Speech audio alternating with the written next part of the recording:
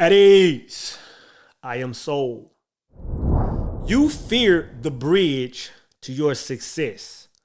And when I say success, I don't mean success in the worldly way. I don't mean, the cars, the homes, whatever people, are calling success nowadays. I mean your personal happiness. You fear the bridge to your success, right? Now, last week I talked about Neville Goddard, and one of Neville's final speeches, the last year he was living, Neville said that man fears or man denies his own harvest.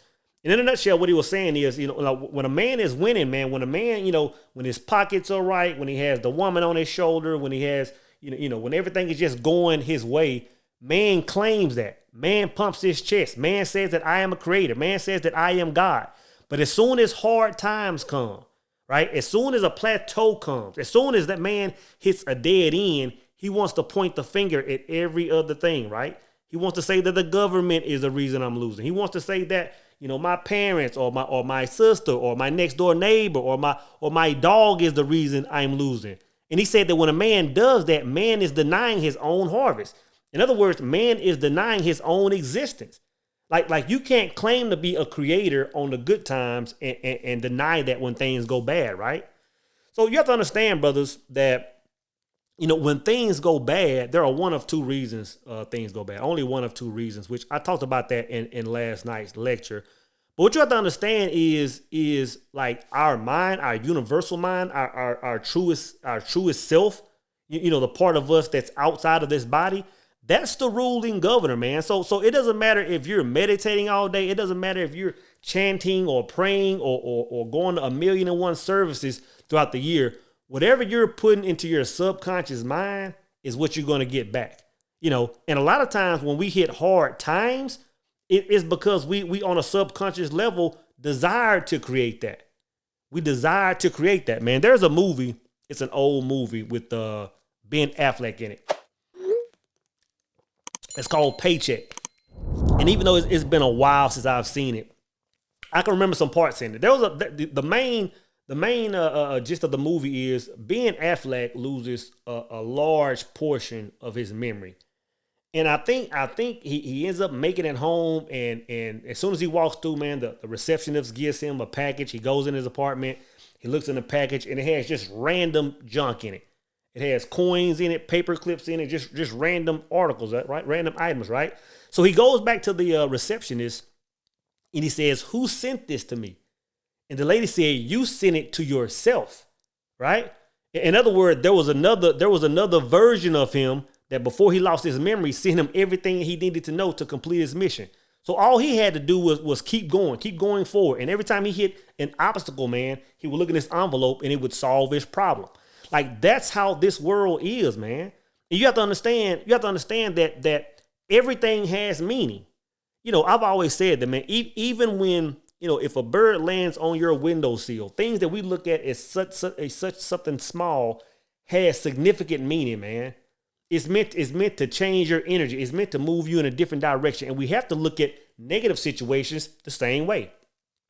We have to understand that when hard times come, when we hit plateaus, when we hit quote unquote dead ends, like on a subconscious level, that's where we're supposed to be. That's where we're supposed to be. Because when you're there, that's when you can now identify what opportunity you're supposed to be stepping toward, right? Because you got to understand, man, with this conscious mind, we can set all these goals, but a lot of times we'll never make that transition. And like I was telling the brothers last night, man, I can remember some years ago when I was working a job that was very unfavorable. Like I my meditation was to make moves. My thoughts were to make moves, but physically I would never leave that job. I said, if it wasn't for me, hitting the dead end and losing that job, I would have still been there right now. I'd have still been right now, man. So we have to understand that our subconscious mind, that we are creating that, right? You have to understand that bridge, like I always talk about the three stages of enlightenment. The bridge, the stage of awareness, silence, and awakening. You have to understand that when we hit that dead end, that's our opportunity to step across that bridge, right? I'm gonna read this from I'm coming out of The Secret of Your Immortal Self, man. This we went over last night. And he's talking about when a man hits hard time, right? He said, These unwanted moments are actually a doorway to the divine. Each marks a secret entrance into the immortal self, a threshold that few reach and fewer still dare to cross. I'm gonna tell you this, brothers. Like when we hit these dead ends, if you are aware, if you understand what's taking place, you will begin to see these doors open up, right? But like he said, few brothers will get to this place, and even fewer will step across that threshold. You know what I'm saying? And you got to ask yourself, like, why won't we? Like, if on a subconscious level, we created this world, we created this experience. Why, when we get here, we don't step across the threshold, brother? There's two reasons. The first reason is fear. It is fear of the unknown. You know, a lot of people, when they're going forward in life, that they go forward by looking in their past. And what I mean is, if their future doesn't look at least a little bit like their past, they're scared of it. Like they're scared to go into a land, they're scared to go into an arena of life that's completely unknown, even though they've desired it, even though they've created the opportunity to come their way, man. So fear is going to be the main contributor on why people don't step over that threshold, don't cross that bridge. But I think the main reason is because people are afraid to let go, man. Like well, you have to understand that when you cross that bridge, when you go into that new version of yourself, a lot of people, a lot of situations, a lot of places, a lot of foods you used to eat, a lot of things you used to drink can't go with you, man. And the thing is, people get so comfortable with holding on to the past, they can't move forward.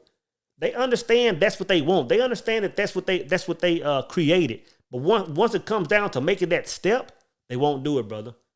They're scared to let go, man. Last night, there was a brother on the power circle, man. Brother that haven't been in the circle but a few weeks, man. But it's dear to me, man. And he was talking, he was talking about his personal situation. He said, like, man, I was aware that I created this world. And he said, just one day, I could see things for what they were. He said, and one day, I quit my job. He said, I understood I had to go home and leave my girl alone.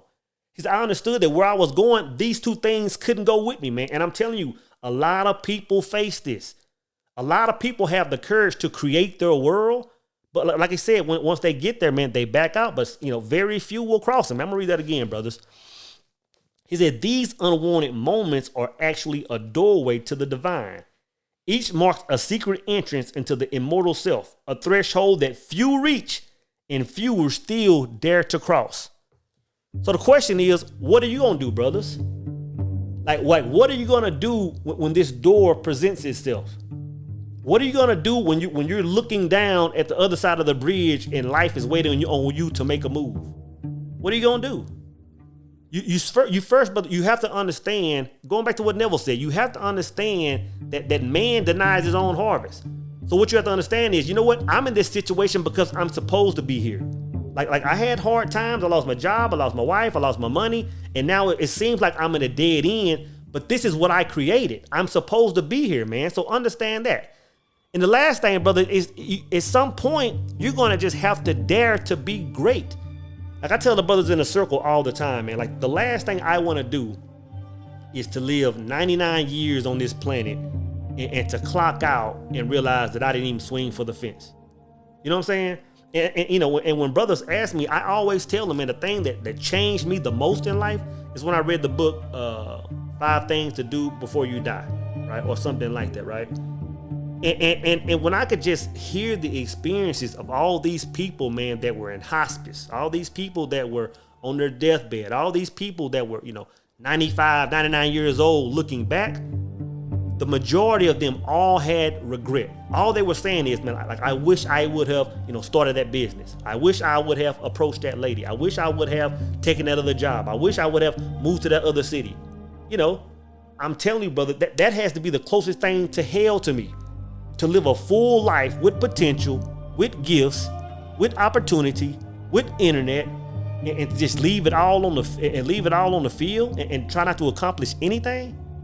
That's the closest thing to hell, brothers. So what are you gonna do? What are you gonna do when that bridge presents itself?